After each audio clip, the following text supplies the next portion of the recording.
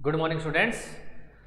अपनी जो कक्षा 10th का जो चैप्टर चल रहा है यानी अंग्रेजी साम्राज्य का प्रतिकार एवं संघर्ष, यानी अंग्रेजी साम्राज्य का प्रतिकार एवं संघर्ष, यानी प्रतिकार का मतलब कि अंग्रेजी साम्राज्य का यहाँ पर सब लोगों ने यानी भारत की जनता ने एक तरह से प्रतिकार किया और उनके साथ क्या किया है, संघर्ष, यानी अंग्रेजों के साथ संघर्ष। ये हमारे चैप्टर का यानी टाइटल है और इस टाइटल के अनुसार हम इस चैप्टर में यानी तमाम उन घटनाओं के बारे में पढ़ेंगे जो यानी भारतीय लोगों ने या भारतीय नेताओं ने या भारतीय जनमानस ने यानी अंग्रेजों के साथ जो संघर्ष किया उसकी पूरी गाथा, यानी उसकी पूरी की पूरी गाथा जो आपके इसमें दी हुई है। यानी आप टाइटल से ही आपको पता लग सकता है इसमें कि अंग्रेजी साम्राज्य का प्रतिकार एवं संघर्ष।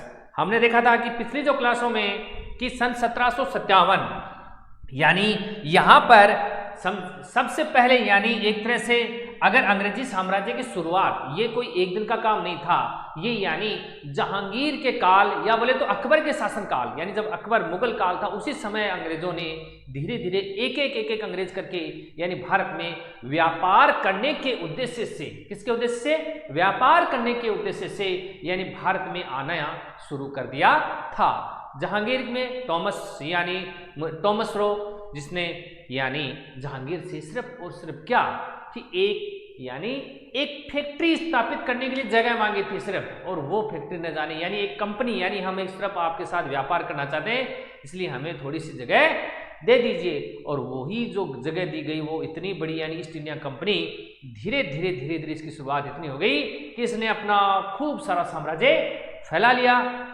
अगर बात करते हैं तो सन 1757 यानी इसी कड़ी में ईस्ट इंडिया कंपनी, इनकी जो प्रमुख यानी व्यापार करने की जो प्रमुख कंपनी थी जिसका नाम था ईस्ट इंडिया कंपनी, उस ईस्ट इंडिया कंपनी ने यानी भारतीय इस भूभाग को लगभग यानी सन 1757 में यानी उन्होंने क्या किया, प्लासी का युद्ध किया।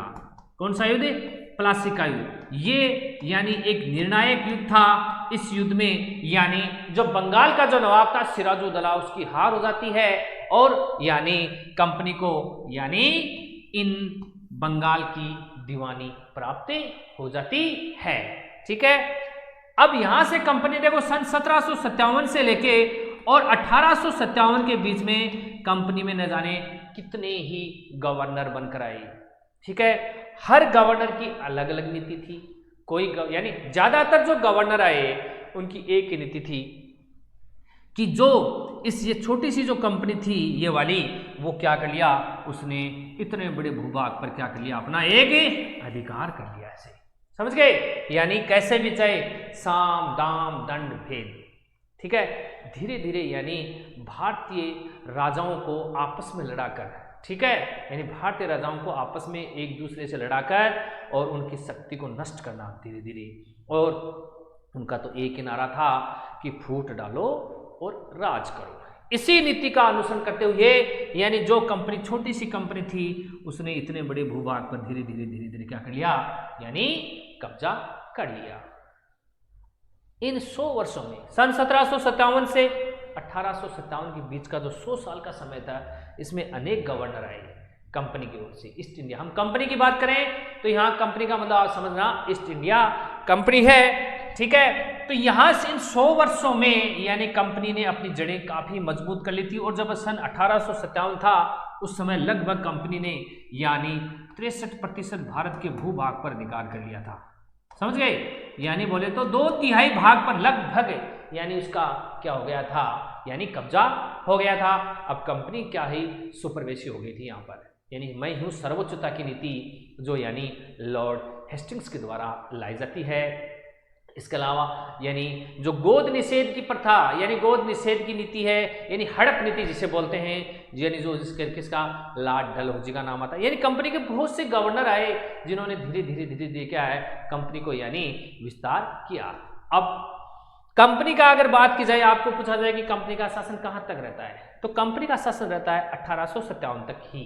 उसके बाद में ईस्ट इंडिया कंपनी का शासन समाप्त हो जाता है और यानी फिर भारत का जो शासन है, भारत के शासन की जो बागडोर है वो ब्रिटिश क्राउन समझ गए, यानी वहां बैठी इंग्लैंड की बैठी महारानी विक्टोरिया के हाथ में आ जाती है वहां के राज का, समझ गए, यानी ब्रिटिश क्राउन के अंडर में चला जाता है भारत 1857 के बाद, यानी 1858 से, समझ गए।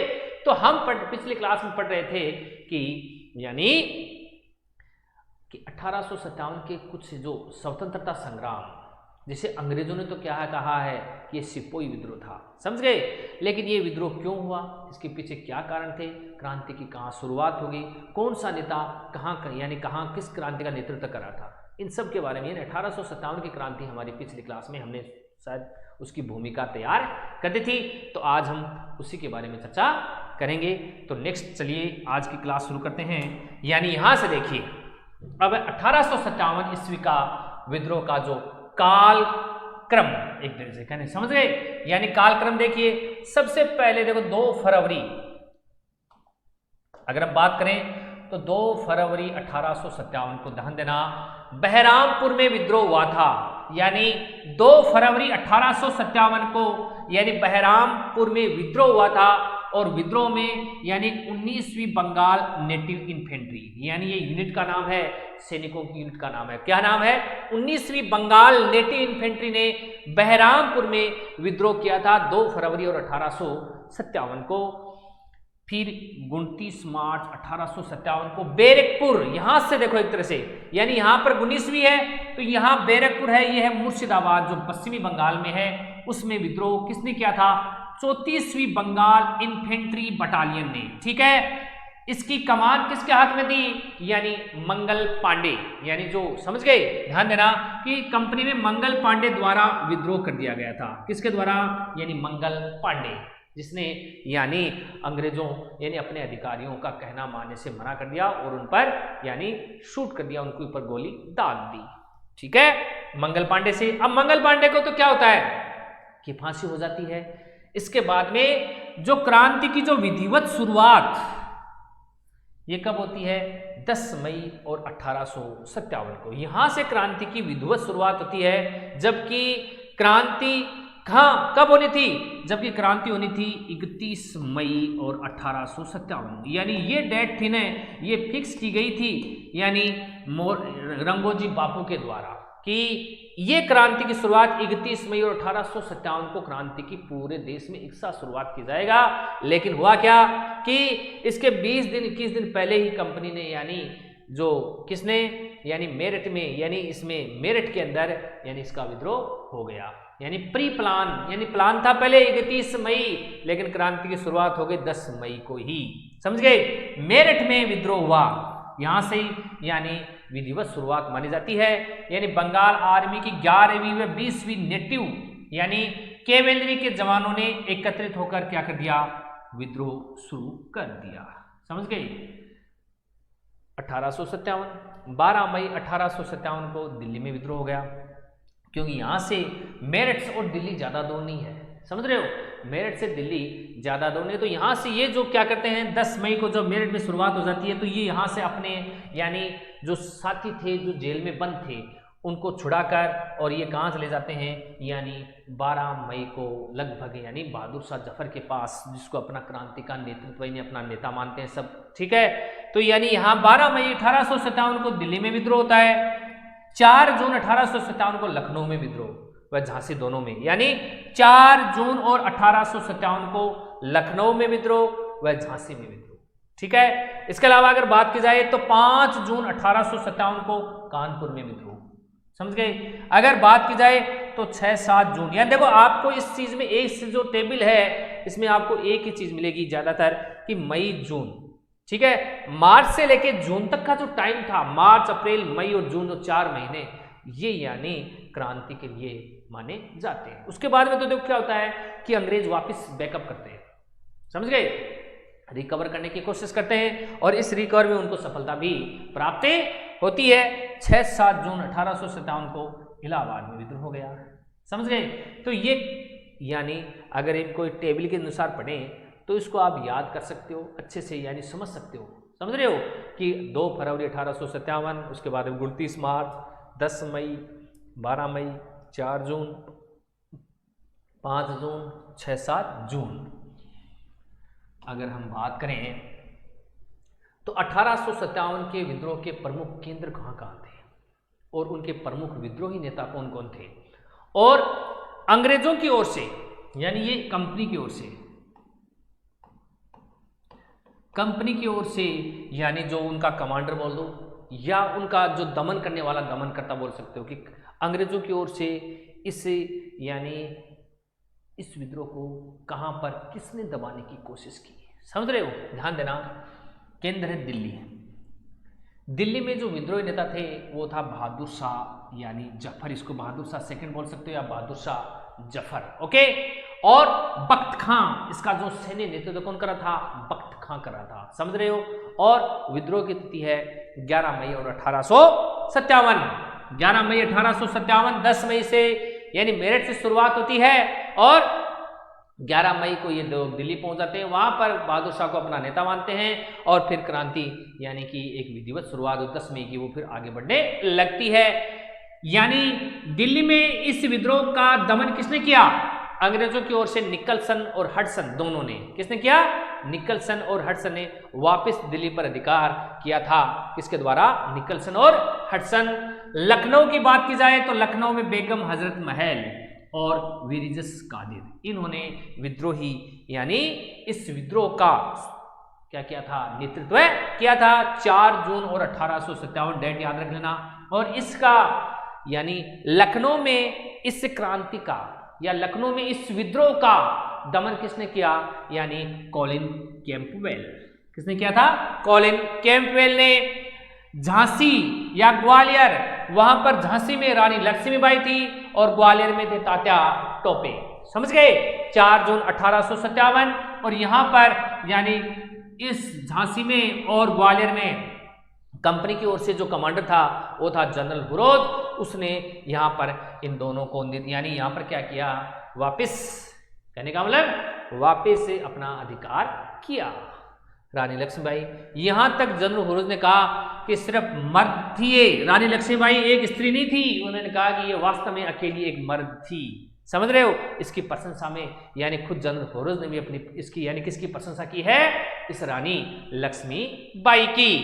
कानपुर से यानी कानपुर जो केंद्र था उसका विद्रोही नेता था नाना साहब तात्या टोपे, दोनों का सैन्य नेतृत्व था, ठीक है। 5 जून 1857 और यहां पर भी कैंपबेल था, ठीक है। यानी इसका दमन करने वाला कौन था, कॉलिन कैंपबेल। अगर इलाहाबाद की बात की जाए तो लियाकत अली। इलाहाबाद में कौन था विद्रोही नेता, अगर ये प्रश्न आए आपके क्वेश्चन आए कि इलाहाबाद में यानी 1857 की क्रांति की शुरुआत या विद्रोही नेता कौन था, तो आप लगा सकते हो बिल्कुल यानी लियाकत अली, ओके। 6 जून 1857 विद्रोह की शुरुआत है। कर्नल नील थे वहां पर इस दमन यानी इस विद्रोह को दबाने वाले। फैजाबाद में मौलवी अहमदुल्ला, यानी इससे देखो ऐसा नहीं है कि इस क्रांति में मुसलमानों ने साथ नहीं दिया, यानी अंग्रेजों का यानी अंग्रेजों को हटाने के लिए या अंग्रेजी शासन को उखाड़ फेंकने के लिए यानी हिंदुओं के साथ कंधे से कंधा मिलाकर मुसलमानों ने भी इस क्रांति में क्या किया है, शुरुआत की है। देख लो चाहे आप, क्योंकि इलाहाबाद से भी आपको लियाकत अली मिलता है, फैजाबाद से मौलवी अहमदुल्ला मिलता है, ठीक है। 2 जून 1857 में कर्नल नील थे यहाँ पे, ओके। अगर बात की जाए तो जगदीशपुर यानी आरा बिहार में है, ये कुंवर सिंह थे और अमर सिंह थे। 12 जून 1857 और यहाँ पर दमन करने वाले थे विलियम टेलर और विसेंट ओयर, ओके। अगर बात की जाए बरेली, ठीक है, खान बहादुर खां विद्रोह का नेता था यहाँ पर, कौन, खान बहादुर खां। और जून 1857 विद्रोह की तिथि है और विसेंट ओयर इसका दमन करने वाला, समझ रहे हो। अगर बात की जाए तो फतेहपुर, ये फतेहपुर अपने चूरू वाला फतेहपुर नहीं है, ये दूसरा फतेहपुर है यानी यूपी में, अजीमुल्ला और 1857 और इसका यानी दमन करने वाले थे जनरल रेनॉल्ड, ठीक है। तो ये थे यानी 1857 के विद्रोह के प्रमुख केंद्र और उनके दमन करने वाले और विद्रोह की यानी तिथि। तो इस चीज से यानी आपको बिल्कुल ये सारणी से आपको स्पष्ट पता चल गया कि कहाँ यानी कौन से केंद्र पर कौन से नेता ने यानी इसका नेतृत्व किया। अगर हम आगे नेक्स्ट करें तो कहने का मतलब कि 4 जून और 1857 ईस्वी को लखनऊ में क्रांति हो गई। समझ गए हो? 4 जून और 1857 को, यानी कहां पर? लखनऊ। समझ रहे हो? लखनऊ में भारतीय सैनिकों ने रेजिडेंसी को घेर लिया, जिससे ब्रिटिश रेजिडेंट हेनरी लॉरेंस की मृत्यु हो गई। किसकी मृत्यु हो जाती है यहां पर? हेनरी लॉरेंस की मृत्यु हो जाती है। हेवलॉक और आउटड्रम ने लखनऊ को पुनः जीतने का प्रयास किया, लेकिन वो क्या रहे? असफल रहे। लखनऊ की बात की जा रही यहां पर। नवंबर 1857 ईस्वी में मुख्य सेनापति, जिसका नाम था सर कॉलिन कैंपबेल, ने गोरखा रेजिमेंट की सहायता से नगर में प्रवेश किया और मार्च 1858 ईस्वी को इस यानी लखनऊ पर, यानी एक तरह से अंग्रेजों का पुनः अधिकार हो गया। अगर हम बात करते हैं लखनऊ, तो देख लो लखनऊ में आपको मैंने पहले ही बताया था कि लखनऊ में क्रांति की शुरुआत किसने? देखो एक तरह से यानी विद्रोही नेता कौन थे? बेगम हजरत महल और ब्रिटिश कादिर, और इसका दमन करने वाला अंग्रेजों की तरफ से कॉलिन कैंपबेल। ओके, जो हम इसमें पढ़ चुके हैं। लखनऊ के बाद में अगर बात की जाती है तो कहने का मतलब 5 जून और 1857 ईस्वी को क्रांतिकारियों ने क्या किया? कानपुर पर अधिकार, ठीक है, किस पर अधिकार कर लिया क्रांतिकारियों ने? कानपुर पे। और नाना साहिब को वहां का क्या बना दिया? पेशवा। एक तरह से पेशवा बोले तो पूरा प्रशासनिक अधिकारी बोले तो, समझ रहे? यानी प्रमुख वहां का प्रधानमंत्री समझ लीजिए, वो घोषित कर दिया। किन्होंने कर दिया? क्रांतिकारियों ने घोषित कर दिया गया।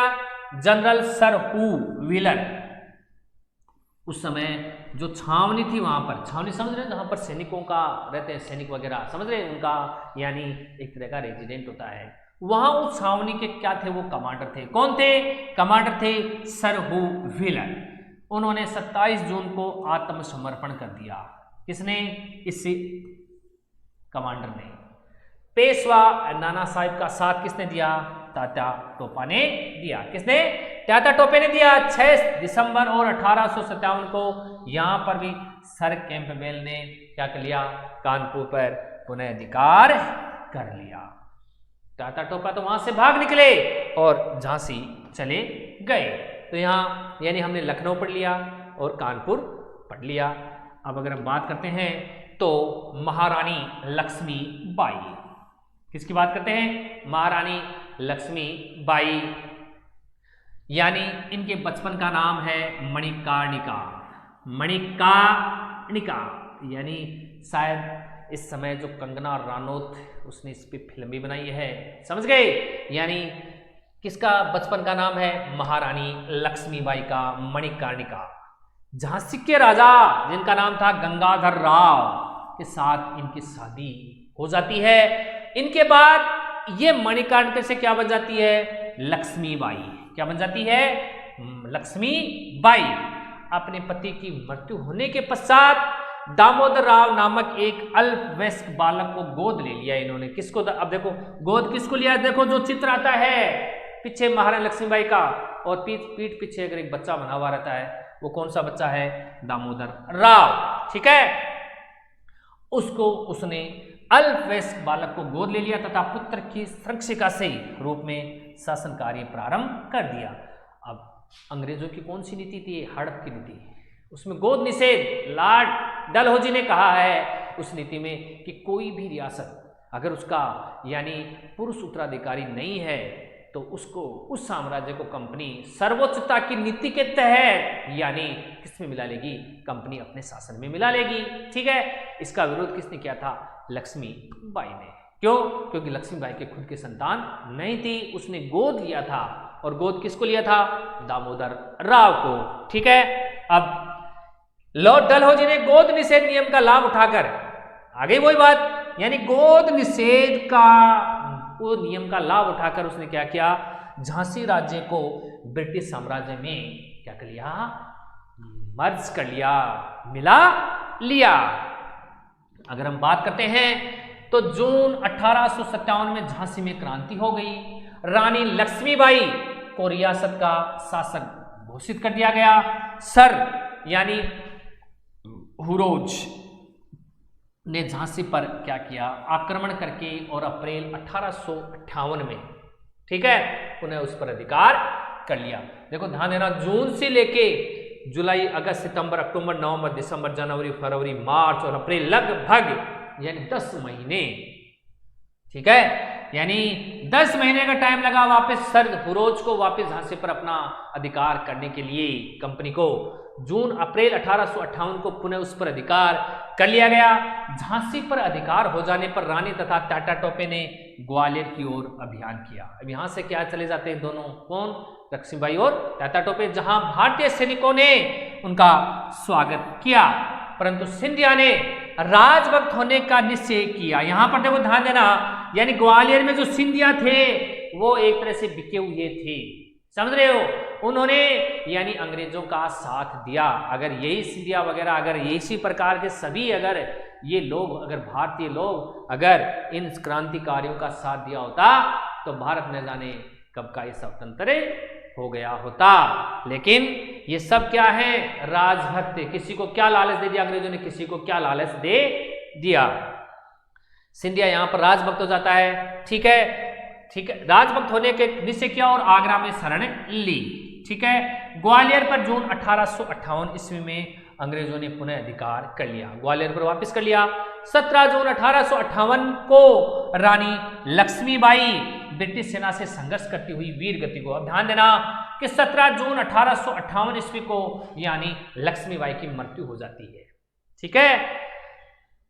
टाटा टोपे यहां से फिर बच के निकल जाते हैं, ओके, परंतु अप्रैल 1859 में उन्हें यानी सिंधिया के एक सामंत ने, देखो सिंधिया का एक सामंत था, अगर आप किसी दोस्त के घर जाते हो, अगर वो दोस्त ही आपको अगर धोखा दे दे तो आप पर क्या बीतेगी, यही इनके साथ हुआ था, ठीक है। विश्वास करके वो अपने एक दोस्त के यहाँ जाते हैं और उसी दोस्त ने यानी क्या कर दिया था, अंग्रेजों को ये सूचना दे दी थी कि यानी क्या नाम है, टाटा टोपा मेरे पास है, ठीक है। तो उनसे बड़ा गद्दार कौन होगा। यहीं पर देखो जो अप्रैल 1859 ईस्वी में उन्होंने सिंधिया के एक सामंत ने यानी पकड़ लिया और अंग्रेजों के क्या कर दिया, सुपुर्द कर दिया, और अंग्रेजों ने उसे क्या दे दी, फांसी दे दी। अगर हम बात करते हैं तो बिहार में, अब बिहार में कौन थे, कुंवर सिंह, कौन थे, कुंवर सिंह, यानी बिहार में कुंवर सिंह थे, वो बहुत वृद्ध नेता थे, 80 साल के थे लगभग, समझ रहे हो, यानी बिहार में इस क्रांति का नेतृत्व जगदीशपुर के जमींदार 80 वर्षीय कुंवर सिंह ने किया। और कुंवर सिंह ने अंग्रेज सेनापति यानी मिलमेल, कर्नल डेक्स, मार्क और मेजर यानी डॉलस को धूल चढ़ा दी। किसने, कुंवर सिंह ने, इतने अंग्रेजों को, ठीक है। अप्रैल 1858 ईस्वी में पुनः अपनी रियासत पर यानी अधिकार कर लिया, किन्होंने, ठीक है। 26 अप्रैल 1800 कुंवर सिंह ने अंग्रेजों से युद्ध किया लेकिन सफलता नहीं मिली, और बरेली में कौन करा था, बहादुर खान करा था क्रांति का नेतृत्व, उसने क्रांति में भाग लिया। बनारस में भी क्रांति हुई लेकिन कर्नल नील ने उसे क्या कर दिया, दबा दिया, ठीक है। अगर हम बात करते हैं नेक्स्ट तो टाटा टोपे यानी 1857 की क्रांति का एक योजनाकार, एक प्रमुख यानी क्रांतिकारी का अगर नाम आता है तो इसमें टाटा टोपे का नाम सबसे पहले आता है, समझ गए, यानी टाटा टोपे। टाटा टोपे स्वतंत्रता संग्राम के महान सेनानी थे।